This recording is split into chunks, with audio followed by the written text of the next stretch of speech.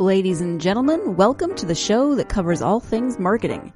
The GSMC Marketing News Podcast gives you the latest marketing news, from what major businesses have planned for the coming year to the newest trends in advertising, from podcasts, digital and streaming, to the old standbys of radio, television, and billboards. Whether you're a marketing agent or a business trying to expand your brand, you've come to the right place. The GSMC Marketing News Podcast starts now. Hello, everyone, and welcome back to the GSMC Marketing Podcast, brought to you by the GSMC Podcast Network. I'm your host, Mackenzie Jaquish, and today's episode is going to be amazingly magical, is the best way to put it. We are talking about Disney's highest-grossing animated film, Frozen. Now, before you get too excited, this is not the entertainment podcast, so we will not be talking about the actual movie or any of the scenes from the movie or any of the magic that is within those 2 hours of film. But instead, we are going to be taking a look at the marketing behind the magic. We're going to talk about their advertising, their merchandise, how they differ from Frozen 1 to Frozen 2, and we're going to talk about some other Disney movies that have also benefited from Frozen's marketing. So stay tuned for all of that and more on today's episode of the GSMC Marketing Podcast, brought to you by the GSMC Podcast Network. I'm your host, Mackenzie Jaquish, and let's get right into today's top stories. As always, I do like to start the podcast by talking about the news in the marketing world, because it's always changing and it does always affect us as someone who is in the marketing world. You do need to be aware of these stories and what these brands are doing with their marketing. Our first story of today comes from Dunkin' Donuts. Now, I'm from Seattle, so I was shocked to see that they had a story breaking and Starbucks didn't, because I don't even know when the last time I saw a Dunkin' Donuts was. Every corner for me is another Starbucks. But I will hopefully be seeing more of Dunkin' Donut coming soon, as they have started to launch a new delivery service. Now, it won't be available in Seattle, sadly for me, but for cities such as New York, who will be the first to experience this new Dunkin' Donuts delivery system, they will be feeling very lucky, because the coffee and donut chain has now joined forces with Grubhub, which is a food delivery service, to begin rolling out a nationwide delivery program. Starting on Monday, more than 400 Dunkin' Donut restaurants in New York City's 5 boroughs will offer the delivery service.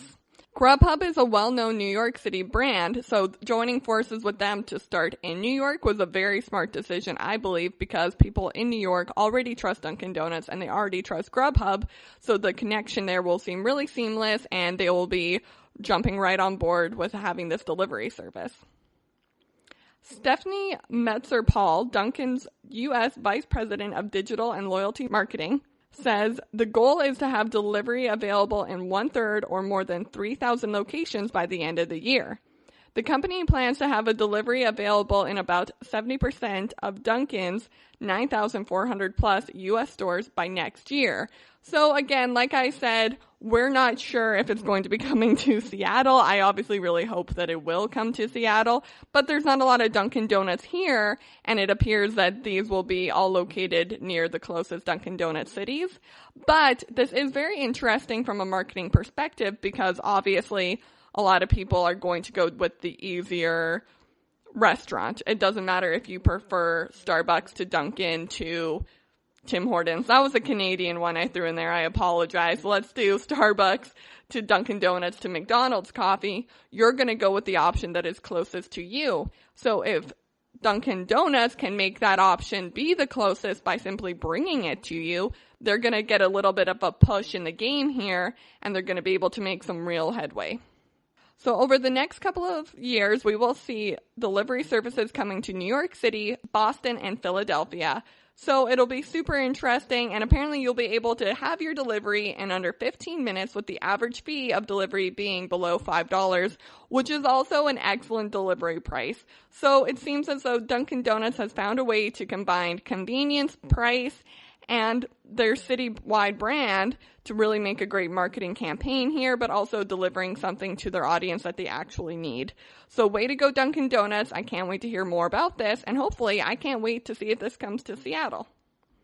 Our second story for today is that Disney has expected to rack up 25 million to 30 million subscribers since its debut on November 12th.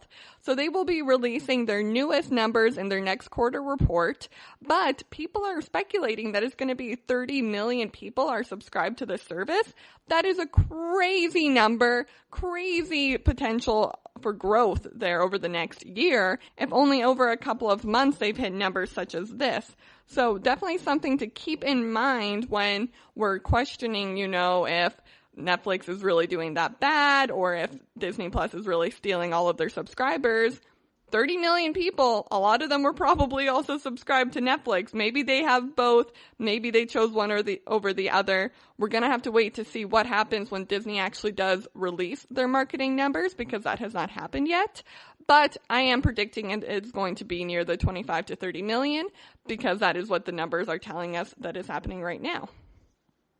What is your prediction for Disney's expected subscriber count? Write it in the review down below or let me know through social media.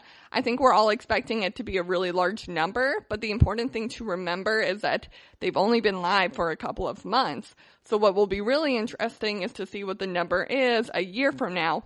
Perhaps it won't be much bigger. Perhaps everybody who wanted Disney Plus got it within the first couple of months, so they're not going to wait a long time, half a year, 2 months, 3 months to get the service. They already have it now, so they're good. Whereas a year from now, perhaps we will see a really large number compared to the number we're seeing right now. So let me know in the review down below or reach out through social media. Our third story up to date comes from the queen of marketing, Miss Kim Kardashian West. So I'd say that she's the queen of marketing. I'm sure a lot of people would argue that Kris Jenner is the queen of marketing because she created Kim Kardashian. But let's not jump around here. We all know that Kim Kardashian West is a very big deal in the marketing world and in the social media marketing world especially. But that sometimes does leave her open for people to criticize her all the time. If you go and look at any of her Instagram photos, any of her Twitter photos, you're going to see hate comments, people bashing her, people taking shots at her. And it's how she handles these things that I always find a way to incorporate into my marketing, because I think it is so important to always take the high road and always be super respectful of just everything that is going on in the world.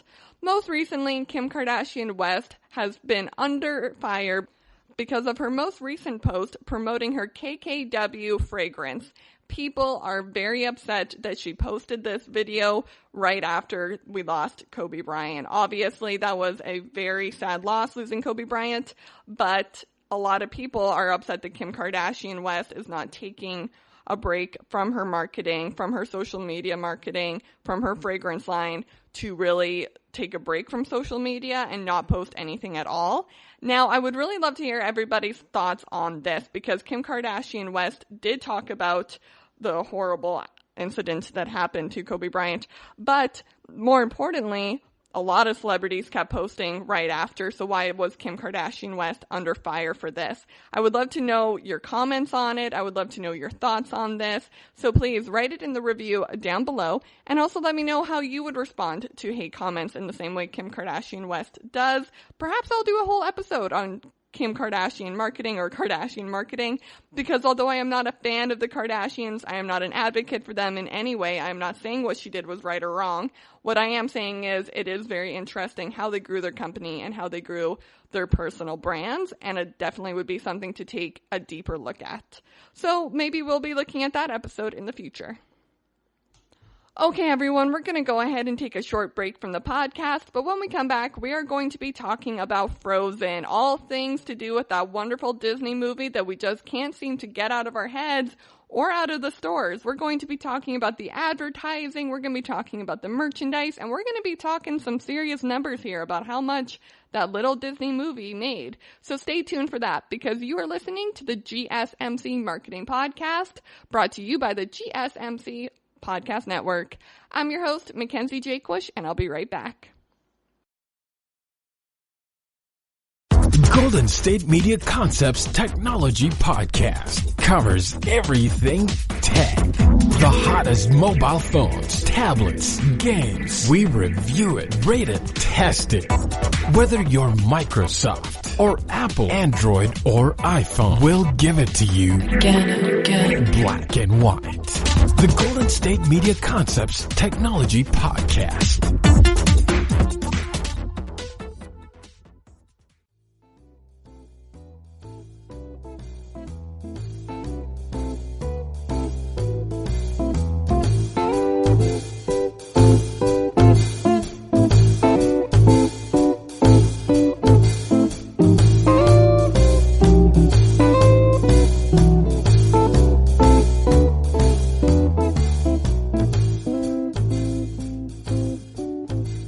Hello, everyone, and welcome back to the GSMC Marketing Podcast, brought to you by the GSMC Podcast Network.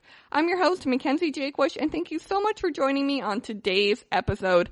Today's episode was one that I was really excited to record and research and then share with all of you because it is so magical. It is so wonderful. We are talking about Frozen, and if that doesn't put a smile on your face, then maybe your heart is frozen because this movie was absolutely enchanting, was absolutely beautiful, but more than that, it was also wonderfully marketed, and I want to talk about all of that and more on today's episode, which is why I decided to focus an entire episode on the film and on the film franchise, because we're not just talking about the one movie that came out. We're not just going to talk about how much money the movie made. We're talking about the merchandise and the advertising and the soundtrack and just the sequels and everything that has come out about Frozen. That, yes, it all started with a movie, but it has become so much more than that. So that is why I decided to dedicate an entire episode towards it.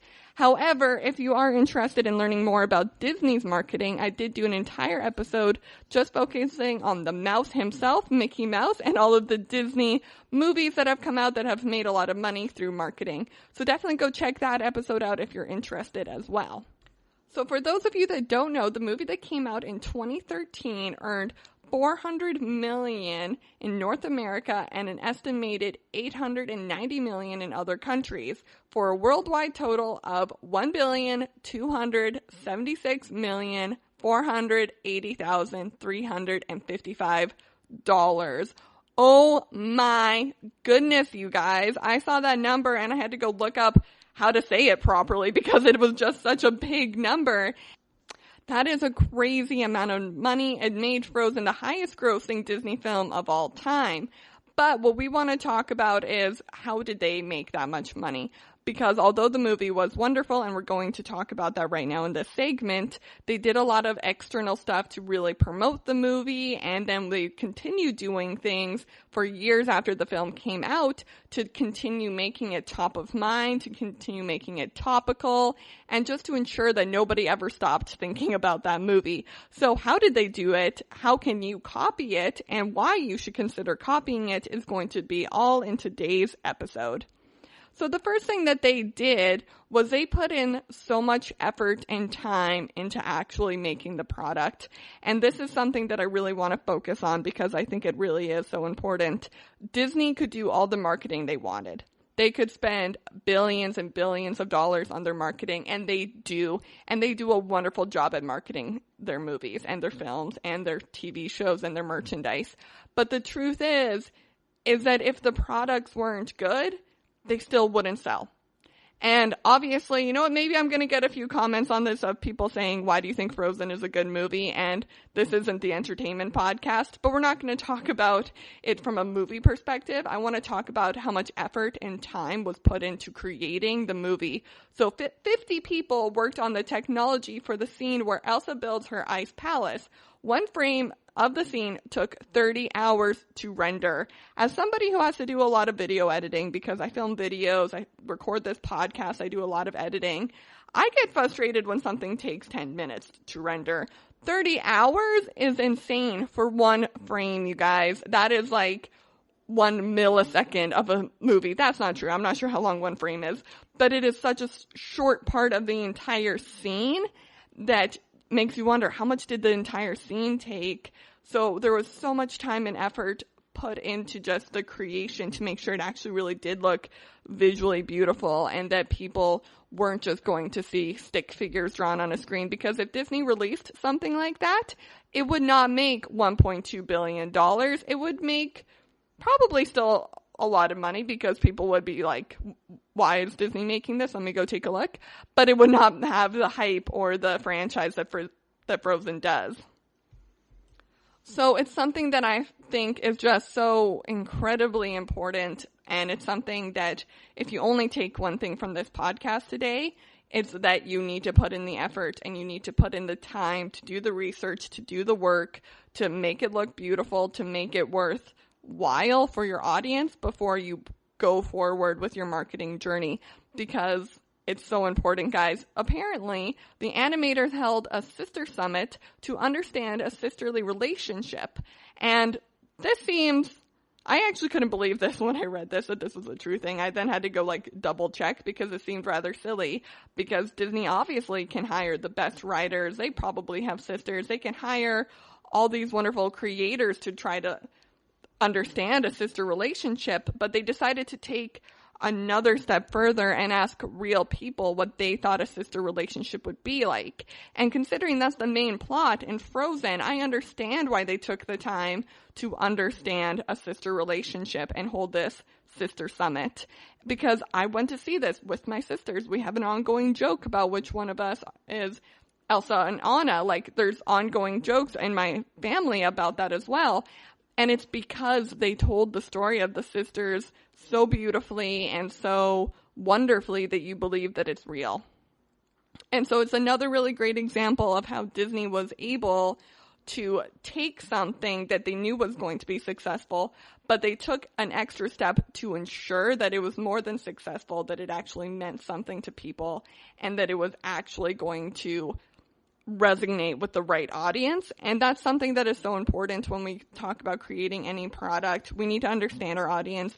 We need to understand who they are, where they come from, and why they do what they do before we try to sell them something to fix why they do it that way, or try to help them do it in a different way. It's so important. And so right now in the review down below, I want you to write an example to me, or you can reach out through social media about a time that you took that extra step that Disney just took with holding the Sister Summit to ensure that your product was at the level that you wanted it to be at. You wanted to take that jump, that extra step, climb that extra ladder rung to try to create something that was worthwhile.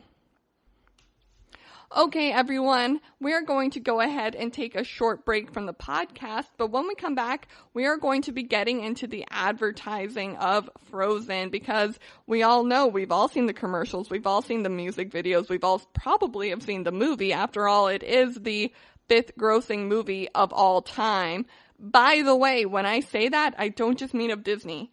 Frozen is the 5th highest grossing film of all time against any movie. It is number 5, and that is incredible. It is a Disney movie, 2 about princesses, and 3 an animated film. That is incredible, and we're going to talk about how they reached that level of success coming up next in the GSMC Marketing Podcast, brought to you by the GSMC Podcast Network. I'm your host, Mackenzie Jaquish, and I'll be right back. Tired of searching the vast jungle of podcasts? Now listen close and hear this out. There's a podcast network that covers just about everything that you've been searching. Hey! The Golden State Media Concepts Podcast Network is here. Nothing less than a podcast bliss with endless hours of podcast coverage. From news, sports, music, fashion, cooking, entertainment, fantasy, football, and so much more. So stop lurking around and go straight out to the Golden State Media Concepts Podcast Network. Guaranteed to fill that podcast itch. Whatever it may be. Visit us at www.gsmcpodcast.com. Follow us on Facebook and Twitter, and download us on iTunes, SoundCloud, and Google Play.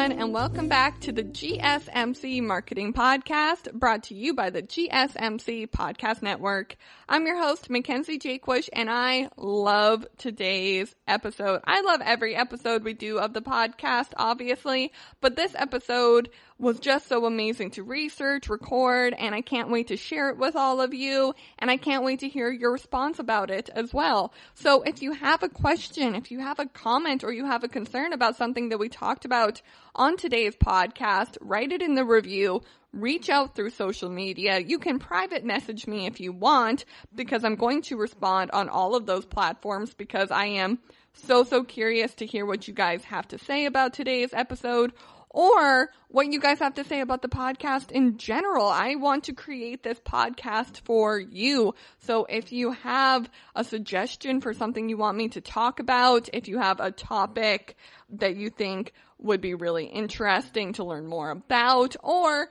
if you just have some tips and tricks about marketing that you want to share with me and you want me to then share with all of our listeners, please send them over through the social medias, through the review down below.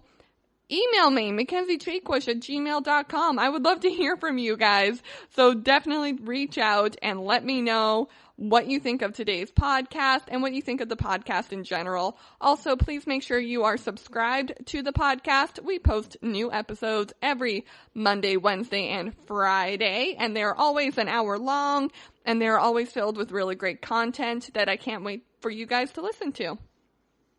So let's get right back into today's episode.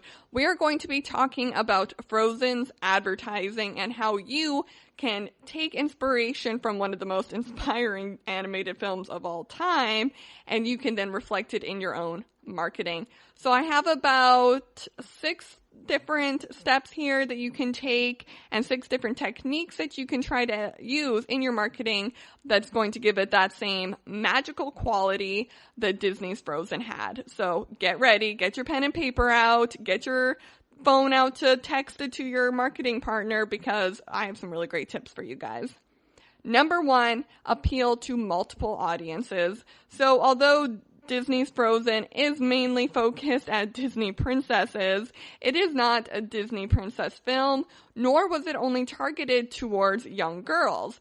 Disney's Frozen has comic relief, it has action scenes, it has action parts, and it was supposed to be targeted to every demographic. And I don't just mean boys and girls. I mean that it was targeted towards adults, the LGBTQ community, children, boy and girl, doesn't matter. This film was intended to be for everybody. And one of the ways that they did that was, they had the Disney princess. All right, we got everyone who loves Disney princesses. We got them.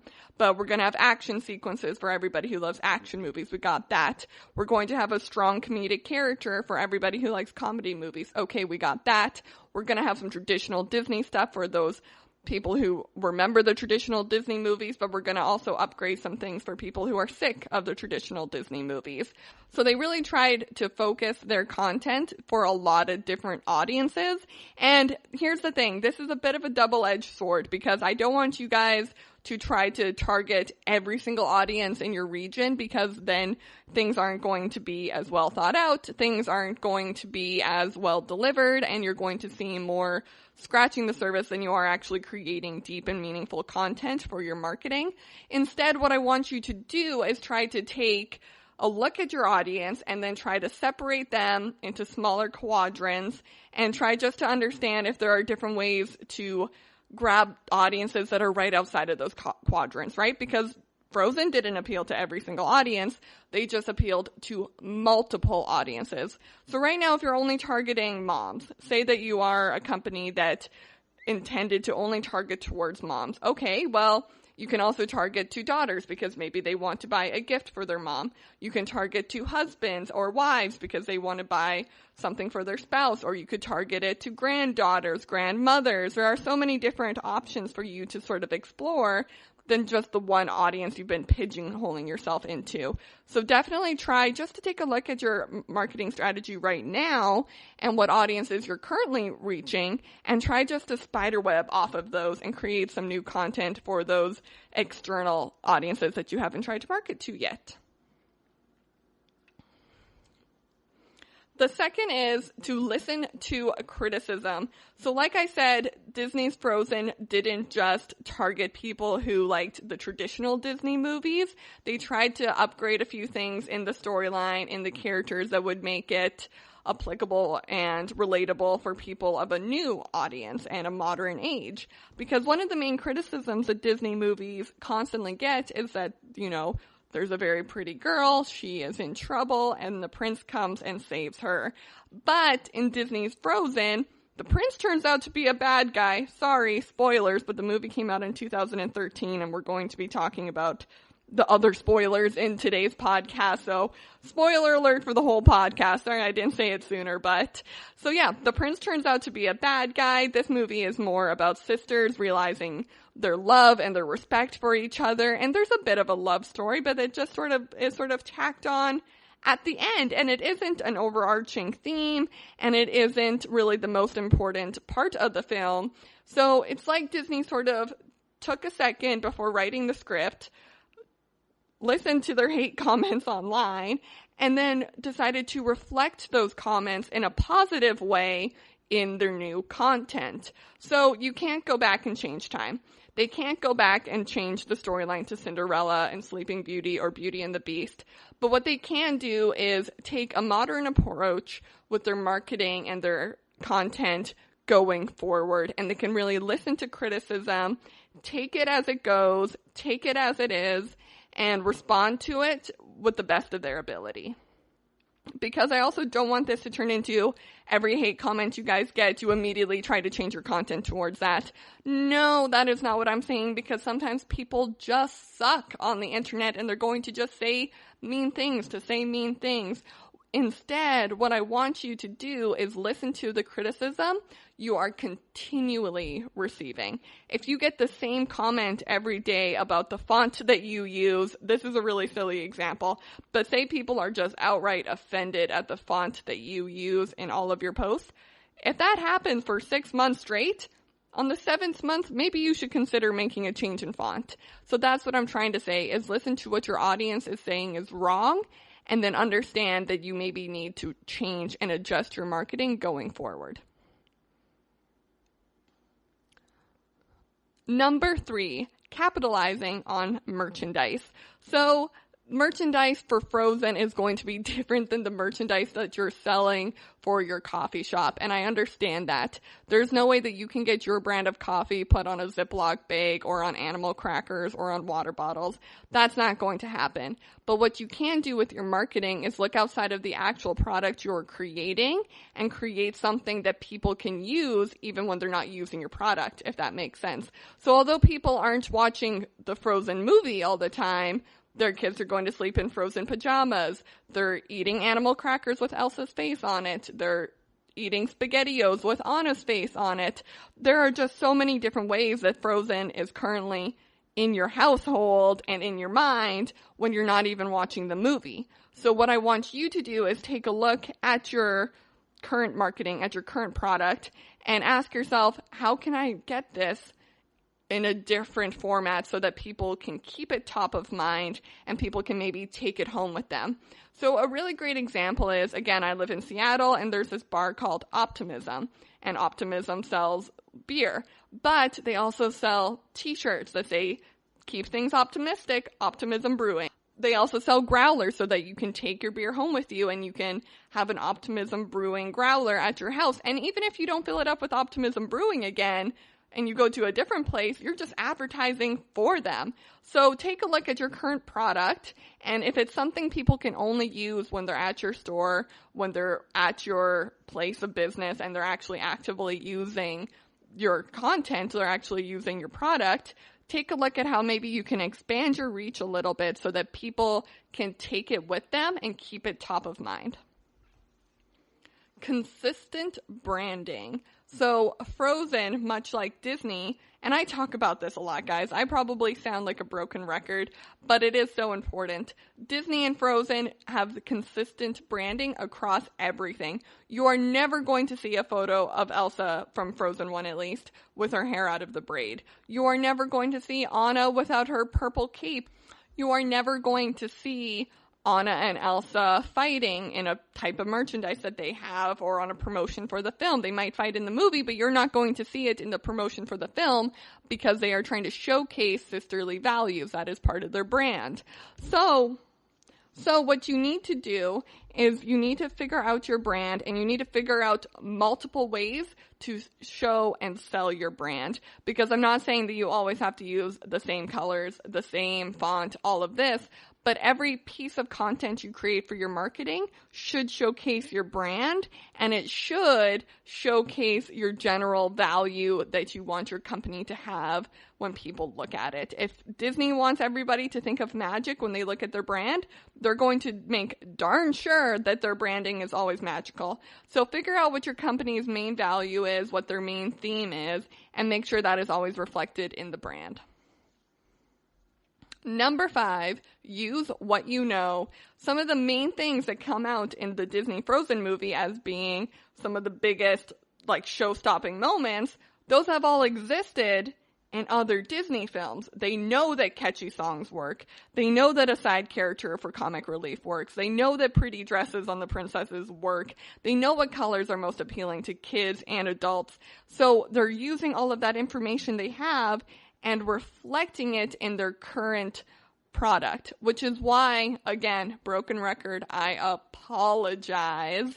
They are really taking a look at their data. I know, I'm always telling you to take a look at your data, and they're reflecting it in their current marketing strategies. So you need to do that as well. Go take a listen to my data podcast, take some notes over there, and then come back to this one, or listen to them both on repeat. I don't know.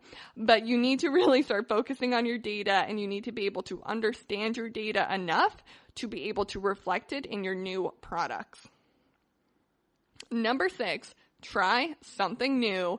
So a really big thing for Frozen is that they are constantly trying new things with their marketing. So a really great example is that a normal trailer for any Disney movie would probably show a bit of a song. It would show some lighter clips. It would show a pretty dress and a pretty princess. The first Frozen trailer ever released didn't feature any of the main 2 characters. It didn't have Anna or Elsa or even the love interest. Instead, it showed the secondary side character Olaf just walking around. He had no dialogue whatsoever. So instead of frustrating the audience, this intrigued the audience, and it added a useful dose of mystery to their marketing. People were like, who's this adorable snowman? What is he doing? Where is he going? Why is he doing that? What is this movie about? And obviously a new trailer came out later that showed Elsa and Anna and the songs and all of that fun stuff. But by starting their marketing with this short trailer that didn't give you any explanation of the movie, they intrigued the audience, and they did something they hadn't done before by making their audience ask questions and making their audience curious. And it's something that they proceeded to do with the second film as well, but we're going to talk about that more later. Okay, everyone, so there are 6 tips and 6 themes, I guess you could call them, of ways you can incorporate Frozen's marketing with your own marketing. So we're going to go ahead and take a short break from the podcast, but when we come back, we are going to be talking more about Frozen and Frozen's marketing. So stay tuned for that, because you are listening to the GSMC Marketing Podcast, brought to you by the GSMC Podcast Network. I'm your host, Mackenzie Jaquish, and I'll be right back.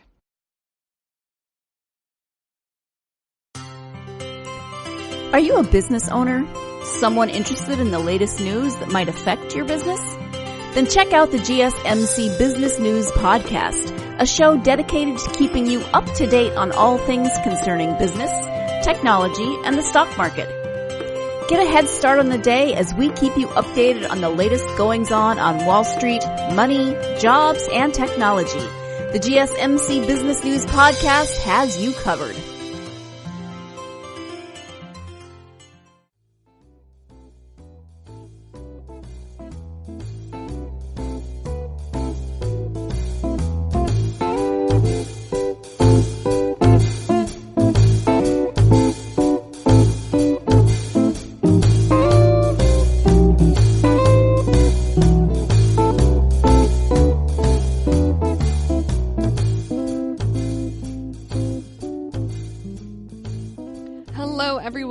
welcome back to the GSMC Marketing Podcast, brought to you by the GSMC Podcast Network.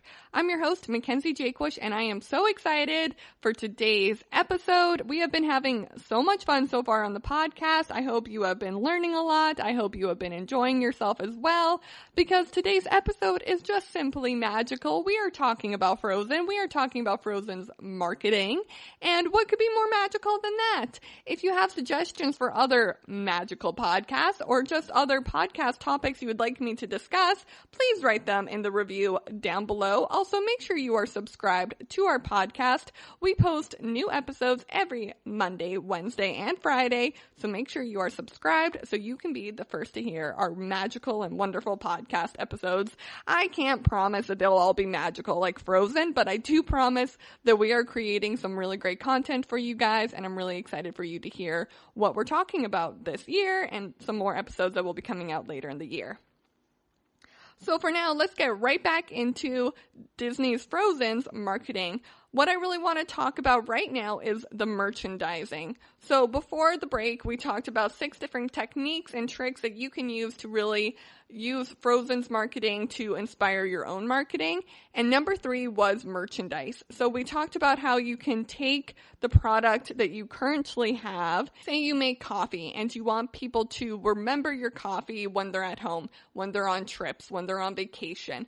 And so you're trying to find a way to make yourself top of mind all the time for them, in the same way that Frozen is constantly in everybody's mind. I don't want to say that too dramatically, but if you have kids, chances are they own something that has Elsa's face on it. If you have a niece and a nephew, or you have a very enthusiastic friend who really loves Disney's movies, chances are they have something with Frozen's logo on it, with Elsa's face on it, with Anna's braids on it in some way. I've been seeing a lot of just her hair and not her body, like a silhouette of her hair. I've been seeing that out a lot, which is creepy, but they're selling. Where we're talking about how you're able to take your product and turn it into merchandise for your store, because that can be a marketing technique that, hey, maybe I'll do a whole episode on that, because merchandise is such an important part of marketing, because it's how people can take your product home. Again, if you sell coffee, maybe you should consider selling coffee in bags, or people can bring it home and make it at their house, or you're selling coffee mugs that have your logo on it, or you're selling thermoses. There are just so many different ways for you to be able to franchise out of your one product as a marketing technique, so that you're able to stay top of mind and stay relevant in people's lives. And the more merchandise people have of your brand, the more loyal they are to your brand. There's a bar here in Seattle called Optimism, and I love going there at the end of a long week, because the bartenders know me, and that makes it sound like an episode of Cheers, but that's besides the point. It's more because I have a mug in my house that says, "Be optimistic, Optimism Brewing." And so when I look at it, I go, oh, right, I should go to Optimism this week. My friends are always there. Me and my roommate love going there, and it's just a good time. But that mug reminds me every time I see it of what a good time it is. And it is such a great marketing technique that Frozen does really well, Disney does really well, and I think you should consider doing as well. So just to talk about Frozen's merchandise, retailers will carry twice as much Frozen merchandise this winter than last winter when the film was released. So that was a statistic that came out in 2014, but I did some back research on it, and it is still true today. Retailers will carry twice as much merchandise as any other film currently in their store. More than 3 million Elsa and Anna dresses, each costing around $130, have been sold at Disney stores across the country. According to other media reports, Disney has sold $150 million worth of Frozen dresses. And guys, I have seen the dresses they're talking about. They're worth $130. I hate to say it, but if you're a fan of Frozen, if you're really just in that Frozen mindset and you're loving it and you're going to wear that dress every year, you're going to wear it to your wedding, you're going to wear it for Halloween, you're going to wear it to prom. Man, that was a really odd person I just described. They're getting married, then going to Halloween, and then going to prom. If that's you, if I just described you, make sure you subscribe to this podcast. That's a very interesting persona I just created for you guys. But anyways, if you're using the dress for all of those reasons, they're absolutely worth $130. I see a lot of Disney princess dresses at those stores, and the Anna and Elsa dresses are like these quality made dresses that like you would buy at like a high-end boutique. They're very well done, and I get why they've made $150 million off of these dresses. Walmart sells 700 Frozen-related items. Toys R Us has over 300 products related to the film. So, one, those are two very big stores for adults and for kids. Walmart is obviously for adults and Toys R Us is for kids. But that means when you take a walk through any of their toy sections, you're going to be seeing that Frozen logo, that Elsa smile, everywhere you go. So it is such an easy thing that if you're an uncle and maybe you don't understand what your niece and nephew want for Christmas and you're at Walmart, you're probably going to pick them up something Frozen related because they have twice as much merchandise for Frozen than they do any other store. Not only has the merchandise been just related to children, it has also sparked off in different revenues. Their song, Let It Go, was an Oscar-winning song, and it hit the Billboard Hot 100 the spring it was released. Elsa, the character, received a recurring role on ABC's Once Upon a Time, creating a 31% increase in their ratings. There is now a Broadway show about Frozen, and you can also go see Frozen on Ice as they ice skate around. And yes, that is hilarious because Frozen on Ice is just a funny thing to say. But it's like they understood that people would go see it live. They didn't just have to watch the DVD. They could give them a live option as well. And the most exciting thing I think about Disney's merchandise for Frozen is that the singing Elsa doll replaced Barbie as the best-selling toy in America. That is insane. Barbie, who has been around since like the 50s, I think is when the first Barbie came out. I'm not sure. If you know what year the Barbie came out, please tweet me about it because I am just curious about that. But it's so interesting to see the level of love and engagement that people have for Frozen that they're willing to buy a singing Elsa doll more than they're willing to buy a Barbie doll. So that's really interesting. All the merchandise around Frozen has just totally blown up. You can buy garbage bags, you can buy water bottles, you can buy magnets, you can buy toasters, you can even buy, I saw the other day, a pineapple that had a little tag on it that said, Frozen 2 Into the Unknown Pineapples. Who would buy that? A lot of people, guys, because they're doing great. They're doing great. The merchandise absolutely contributed to Frozen's ongoing success.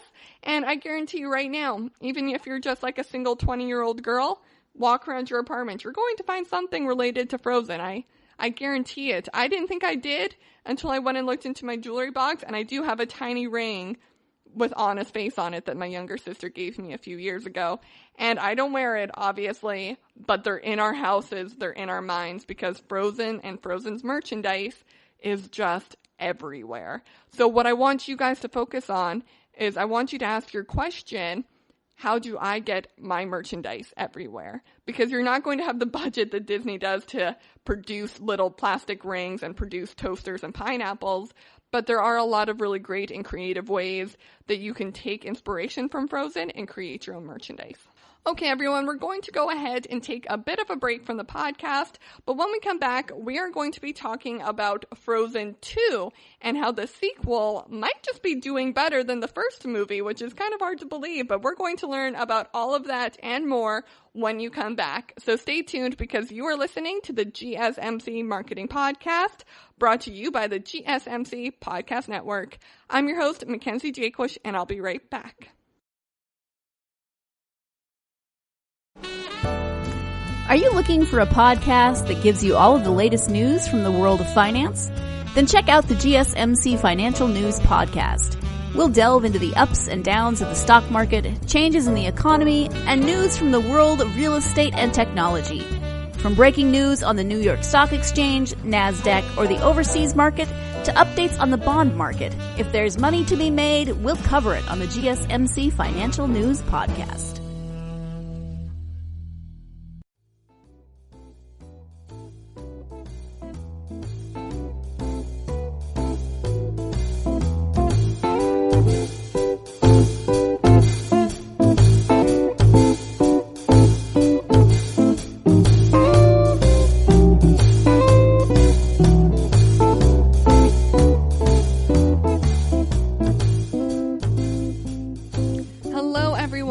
welcome back to the GSMC Marketing Podcast, brought to you by the GSMC Podcast Network. I'm your host, Mackenzie Jaquish, and today's episode has been so much fun. I absolutely loved recording it, and we're not done yet. We've got so much more Frozen and Frozen marketing to discuss, so let's get right back into it.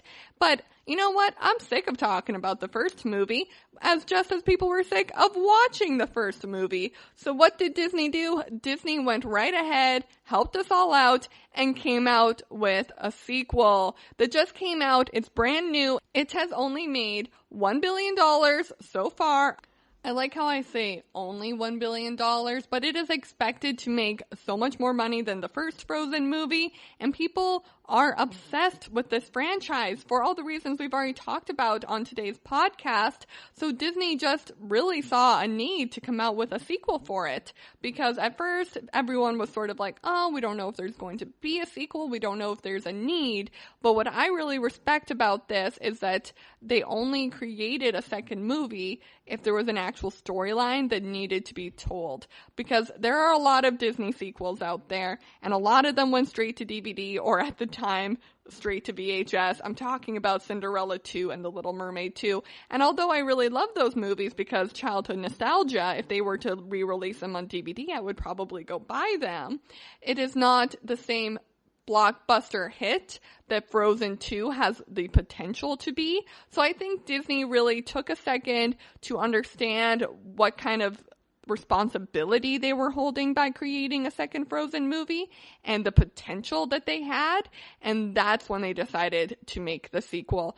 And just to start off there, that is something that I really want you guys to take a second to understand, and to really understand in terms of your marketing, that if you have an opportunity to create something additional with your marketing and that people are going to love it just as much as they loved your first product, then I need you to take a minute, take a couple years like they did. They took like 5 years to create the sequel, and I don't need you to take 5 years, but I do need you to take a minute just to understand that it can either go really, really well in the same way the sequel to Frozen is going, or it can kind of be a cop-out in the same way Cinderella 2 and The Little Mermaid 2 was a cop-out and just a way to make money. So if you're going to try to branch out to create something more than your product, say again you make coffee and you're thinking it's time to open a second store, take a moment to understand the limitations, the pros, the cons,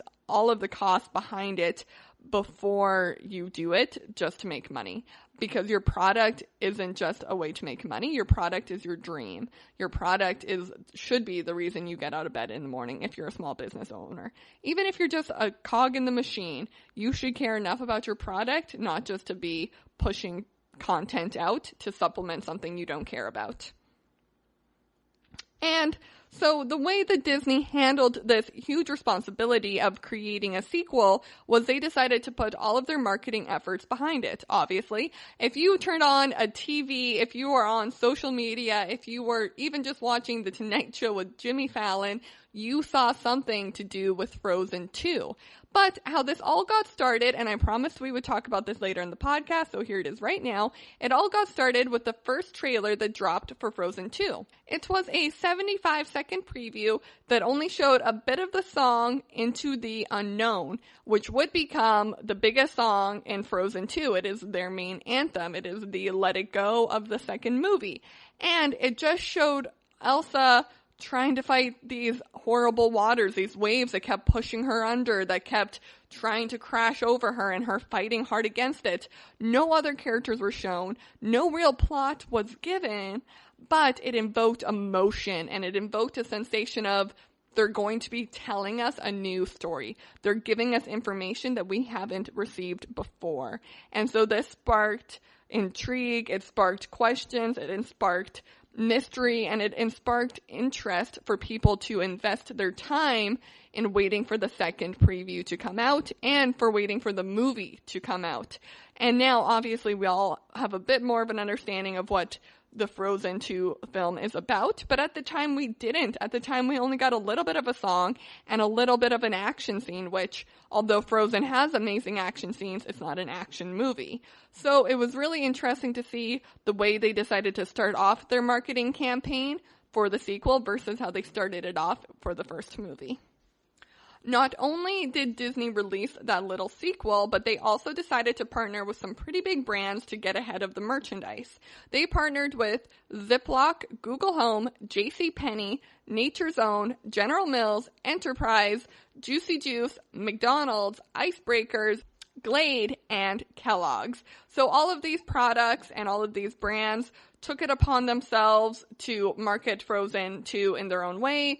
Google showed a lot of trailers for it. I believe Ziploc had giant faces all over it. The Frozen faces, obviously. Enterprise had Kristen Bell, who is a character in the movie, or plays the voice of a character in the movie, I should say. They had her do their commercial. She was already a spokesperson for Enterprise, so it sort of worked out really well, staying consistent with that brand. But they had her talking about the movie. McDonald's had the toys. Kellogg's had the cereal. And they just went all out with putting that beautiful face of Elsa and Anna all over their merchandise and all over the commercials and ads that you would see for any of those products. And it made it so that you couldn't turn on your TV, you couldn't turn on your cell phone, and you couldn't open up a magazine or walk into a store without seeing something to do with Frozen. And again, we've talked a lot about merchandise already on today's podcast, but it's really what Frozen does differently than any other Disney movie, is that their merchandise is almost an extension of the film. That maybe you don't like the movie, but maybe you really like your Elsa Barbie doll, or maybe you really like your Olaf teddy bear. It is just that everything they create is more than just the film itself. Lyle Breer, who is the head of global marketing, partnerships, and promotions at Disney, said, "We had an enormous amount of demand, but it was about getting the right partnerships. We don't want to do them just to do them, or to have a bunch of logos on a page." And I really understand what he's saying with this, and I really want you all to understand it as well, because maybe your coffee shop has a really great friend who would be willing to put your coffee logo on their tea bags. But is that going to help your business? Is that going to showcase your brand? Is that anything to do with your brand? You need to think through these partnership deals and with your branding before you make jumps. Luckily, Frozen targeted so many audiences and spoke to so many people that they had all of these options available to them. But they didn't have every option available to them. You're never going to see a Frozen flavored beer or a Frozen vacuum. Like, those things just aren't going to happen. But maybe they can happen for your brand and your marketing. So it's definitely something to consider when you're thinking of creating merchandise. Okay, everyone, we're going to go ahead and take our last break from the podcast, but when we come back, we are going to be talking about 10 other Disney films that made similar amounts to Frozen that maybe you should consider looking into their marketing as well. So stay tuned, because you are listening to the GSMC Marketing Podcast, brought to you by the GSMC Podcast Network. I'm your host, Mackenzie Jaquish, and I'll be right back.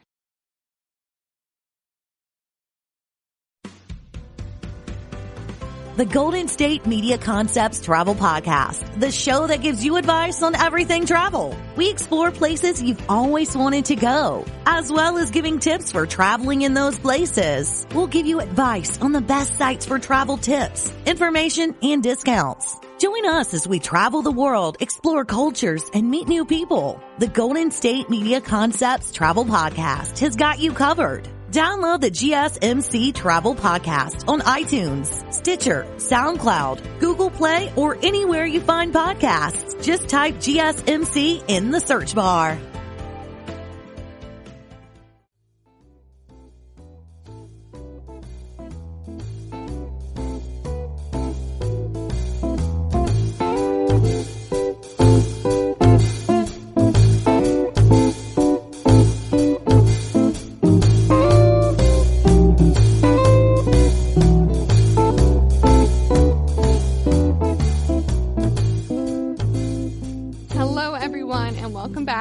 GSMC Marketing Podcast, brought to you by the GSMC Podcast Network.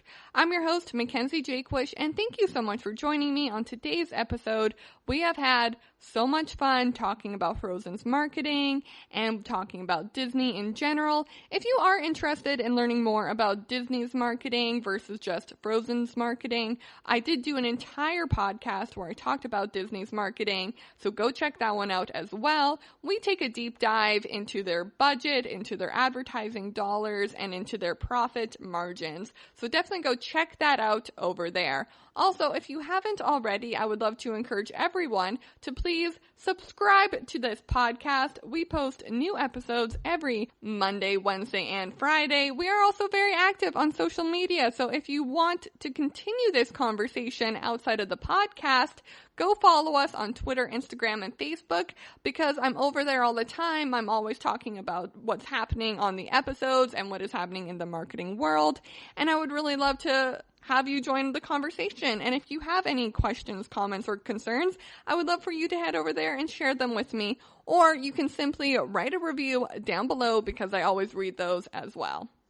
Okay, everyone, so on today's podcast, we have talked a whole lot about Frozen's marketing. I have given you 6 tips and tricks on how you can take inspiration from the Disney movie and use it towards your own marketing. We have talked about their merchandise, we have talked about the sequel, we have talked about the soundtrack, and we've even talked about the quality of the product, because although this is not the entertainment or the movie podcast, we are talking about how you need to create a quality product in the same way that Disney created a quality movie when they created Frozen. So all of that is really important, but if you're not a fan of Frozen, if you don't feel like investing your time in taking a look at their marketing closer, I want to quickly give you 10 other Disney movies that achieved the same level of marketing that Frozen did, and they also benefited off of Frozen's success in a way by creating the merchandising and by creating the world that Disney had created, and by just making things modern, because that was what Frozen was. It was a modern Disney movie, and a lot of these copy that similar style as well.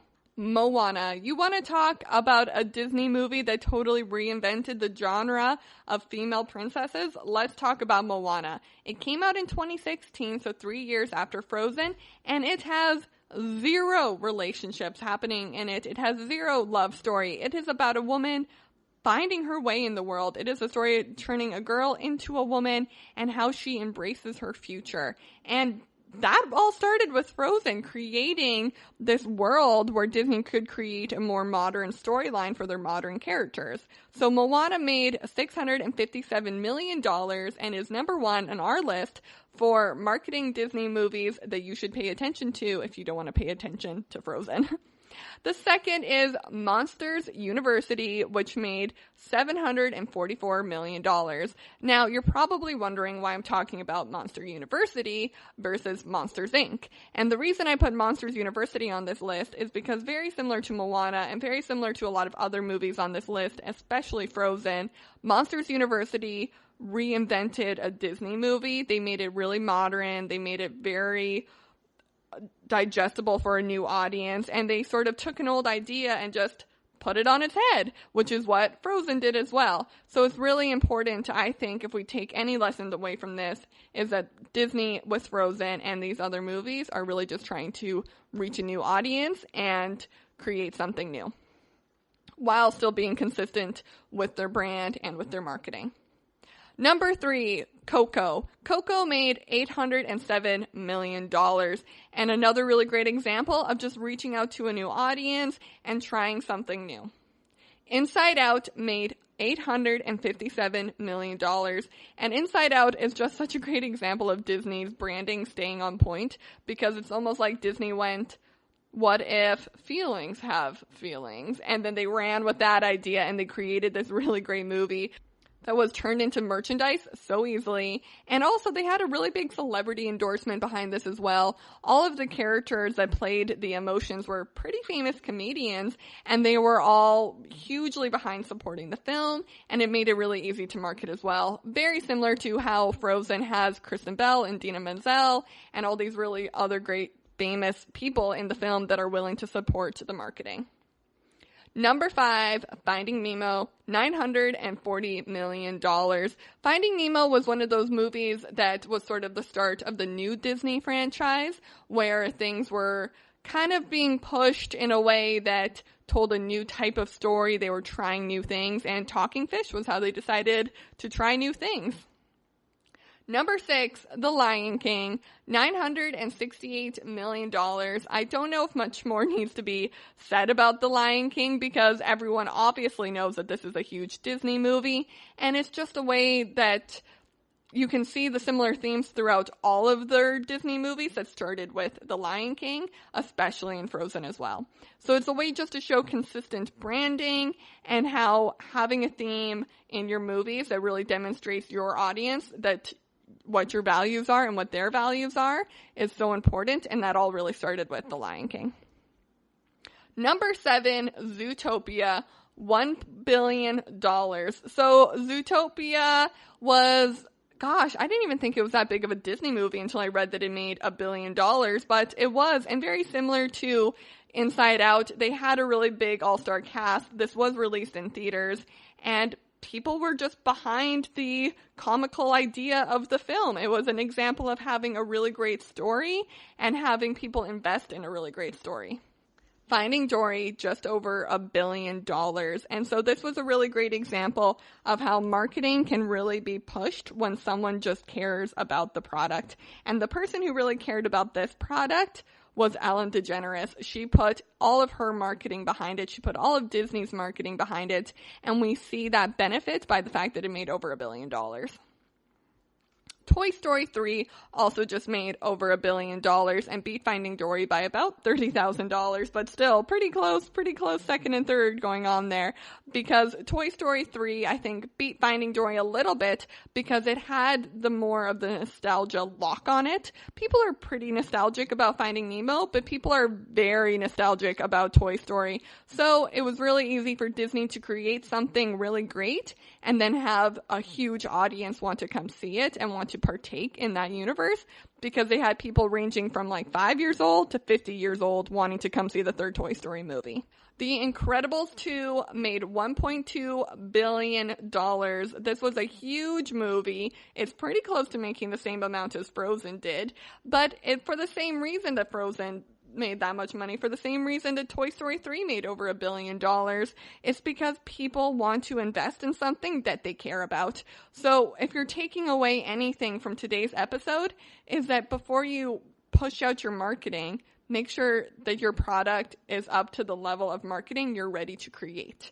And then once you're there, go crazy with it. Have fun with it, because that is the magic of Disney, is that they have fun with their marketing. And I want you to have fun with your marketing as well. Okay, everyone, that is it for today's podcast. Thank you for joining me on the GSMC Marketing Podcast, brought to you by the GSMC Podcast Network. I'm your host, Mackenzie Jaquish, and I'll see you next time. You've been listening to the GSMC Marketing News Podcast, part of the GSMC Podcast Network. You can find this show and others like it at www.gsmcpodcast.com. Download our podcasts on SoundCloud, Stitcher, and Google Play. Just type in GSMC to any podcast app, and you'll find all of the shows from the GSMC Podcast Network. From movies to music, from sports to entertainment, from business news to weird news, you'll find it all on the GSMC Podcast Network. You can also follow us on Twitter and Facebook. Thank you, and we hope you have enjoyed today's program.